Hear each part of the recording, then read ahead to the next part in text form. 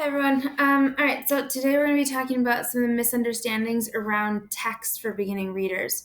So this is kind of going with the idea of how we've used lots of repetitive pattern books, like the guided reading books for our beginning kiddos in pre-first and first, maybe a little bit this year. Um, and kind of just switching our thinking of decodables are okay. And I feel like at our school we've definitely had that message, and I feel like teachers are embracing that. But just really kind of understand why decodables are are okay, right? In the past, it's been said that decodable texts are loaded with problems. They're not about meaning. It's just a bunch of random CVC words or whatever your pattern is. It's unnatural. It's boring, and that is one thing that has definitely improved. In pre-first, we've been using those flyleaf books, which I wouldn't say are any of these things. They're great.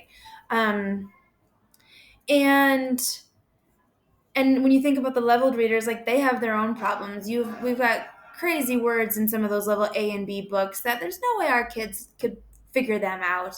All the things that we're teaching them about how sounds work, and then we put these words in front of them that there's no way they're going to be able to read it, right? Unless they look at the picture, which, as we know, we're trying to not have that be their first experience with reading. Is just check the picture when you get stuck at a hard word. So.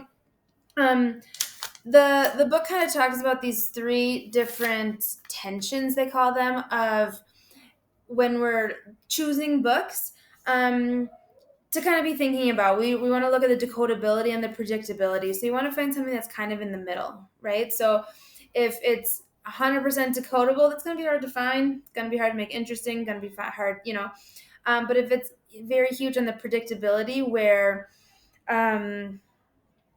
that pattern text, um, it kind of is going to lead to those things, like I was saying, how they're going to have to start checking the picture to figure them out, like the word spaghetti. So trying to find a balance of that. The novelty versus repetition.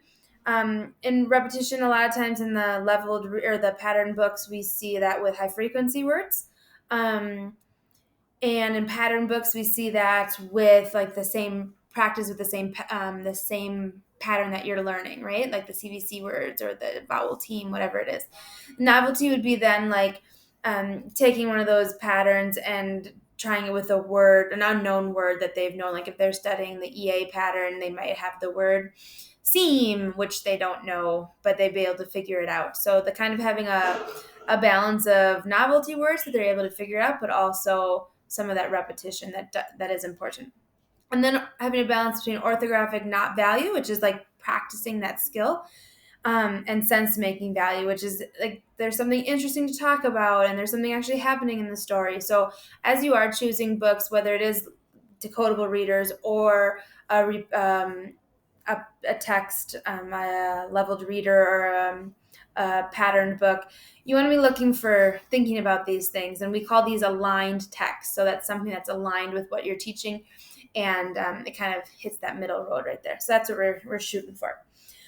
All right, next one. Predictable text makes learning easier to read, and it feels like that in the very beginning. You guys have all had those readers who can get an A book, and boom, boom, boom. Once they've read the first page, they've memorized the pattern, and now they're reading books, they're turning pages, they're doing great things. But at the same time, we're not teaching them maybe what we really want to be teaching them. We really want to teach them to slow down and look closely at print. So even if it is a little bit slower in the beginning, if they're slowing down and really working through words, that's helping them learn those patterns, learn how those sounds work together, those letters work together for future readings compared to just that, flying through. And that combined with oral language development, it's going to come. It's going to maybe feel a little bit more painful at the beginning, but it's going to come. And the other thing that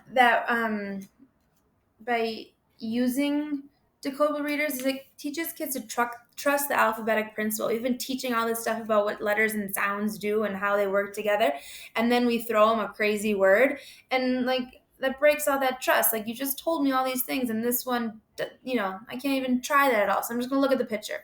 So trying to like build that trust and that like this is how it works, right? All right, next one. Using meaning as the go-to source of information will teach children to comprehend. Like, just make it about meaning, make it about comprehension. But really, for our earliest kiddos, we really need them decoding and learning how to these texts work together.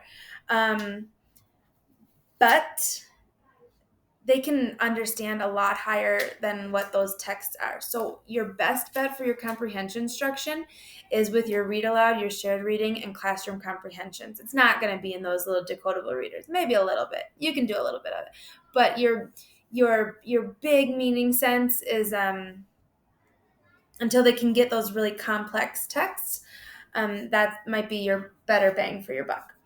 And then the very last one, which, I mean, when we think about workshop model, and this is something that we've talked about a lot over the years, that we want kids in books every single day. And we know kids that the more they read, the better the readers they become. But there's also that caveat of, like, they need to be reading books they can read. So if they have books in their hands that they can't read for a variety of reasons, that part isn't actually going to help them. So we want to make sure we have like a helpful mix of words, and the effort mixed with the effort of decoding actually leading to orthographic learning. If it's too much, if it's an unhelpful mix of words and the words that are on the books that you're giving them are not actually adding to what they're not aligned text, they're not adding to what they've been learning, it's just going to add to frustration, and that's not going to help out no matter how long they're reading.